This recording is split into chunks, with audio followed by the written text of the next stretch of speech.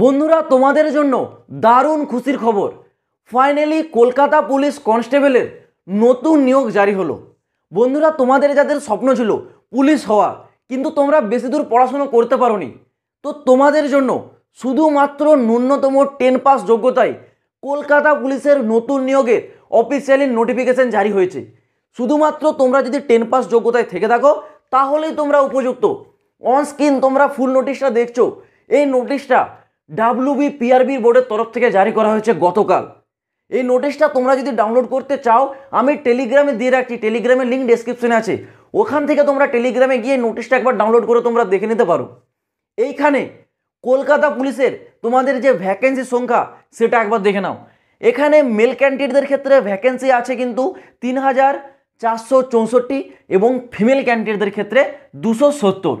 Mail এবং female উভয় মিলে তোমাদের যে গ্র্যান্ড টোটাল ভ্যাকেন্সি সেটা কিন্তু আছে 3734।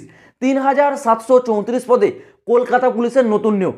কলকাতা পুলিশের ক্ষেত্রে এই ভ্যাকেন্সিটা কিন্তু তোমরা বলতে পারো একটা বিরাট নিয়োগ হচ্ছে তোমাদের, ঠিক আছে। এইখানে তোমরা যারা ফর্ম অ্যাপ্লাই করবে তোমাদের যে কোয়ালিফিকেশন ন্যূনতম 10 পাস যোগ্যতা থাকতে হবে। 10 পাস যোগ্যতায় তোমরা কলকাতা পুলিশে যেতে পারবে। ওকে, নেক্সট এখানে তোমাদের এজ লিমিট অর্থাৎ বয়স সীমা কি রাখা রয়েছে। বয়স সীমাটা তোমাদের আছে 18 থেকে 30। আগে ছিল 18 থেকে 28, বর্তমানে এটাকে কিন্তু 18 থেকে 30 করা হয়েছে জেনারেল এবং ইডাব্লিউএসদের জন্য।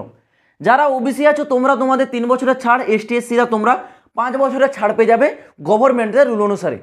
এবার তোমাদের সব থেকে যে বড় বিষয়টা, এইখানে তোমরা যেহেতু অ্যাপ্লাই করবে, এটা যেহেতু একটা পুলিশের ভ্যাকেন্সি, সেই ক্ষেত্রে তোমাদের একটা হাইট ওয়েট টেস্ট চেক করা হয়। তো সেই হাইট ওয়েট টেস্টটা কীভাবে চেক করা হয় একটু দেখে নাও। প্রথমে মেল ক্যান্ডিডেট যারা আছো তোমাদেরটা বলে রাখি, যারা মেল ক্যান্ডিডেট, যারা UR আছো, ওবিসি আছো, ইডাব্লিউএস আছো এবং SC আছো, তোমাদের ক্ষেত্রে হাইট এখানে কিন্তু 167 সেমি হাইট এখানে থাকতে হবে। ওয়েট হচ্ছে নর্মালি 57 কেজি, চেস্ট 78 থেকে 83 সেমি এখানে কিন্তু ফোলাতে হবে। যারা ST মেল ক্যান্ডিডেট তোমাদের জন্য হাইট 160 সেমি, ওয়েট হচ্ছে এখানে 53 কেজি, চেস্ট হচ্ছে নর্মালি 76, যেটাকে ফুলিয়ে 81 সেমি কমপ্লিট করতে হবে। এটা হচ্ছে মেল ক্যান্ডিডেটদের ক্ষেত্রে।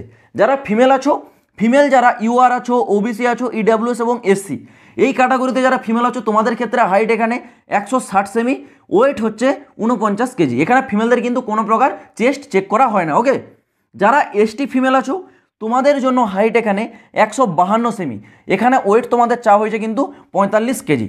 এই হচ্ছে তোমাদের হাইটের ডিটেলস। এইবার তোমরা যদি এই ভ্যাকেন্সির সিলেকশন প্রসেস কিভাবে করানো হয়, এখানে তোমাদের রিটেন এক্সামের সিলেবাস কী থাকে, ইন্টারভিউ তোমাদের কেমনভাবে করানো হয়, ফিজিক্যাল টেস্টে এখানে তোমাদের দৌড় কিভাবে করানো হয়, এইগুলো যদি তোমরা ডিটেলসে জানতে চাও নিচে কমেন্ট বক্স খোলা রয়েছে, তোমরা কমেন্টে কমেন্ট করে জানাও।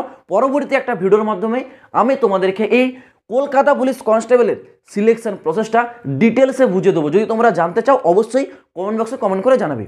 তো আশা করছি আমি তোমাদেরকে পুরো বিষয়টা বোঝাতে পারলাম। এই ভ্যাকেন্সির যে অফিসিয়ালি নোটিফিকেশান আমি টেলিগ্রামে দিয়ে রাখছি, টেলিগ্রামের লিঙ্ক ডিসক্রিপশনে আছে, তোমরা টেলিগ্রাম থেকে এর নোটিশটাকে ডাউনলোড করে একবার দেখে নিতে পারো। তো চলো বন্ধুরা, দেখা হচ্ছে আবার পরের ভিডিওতে নতুন কোনো আপডেটের সাথে।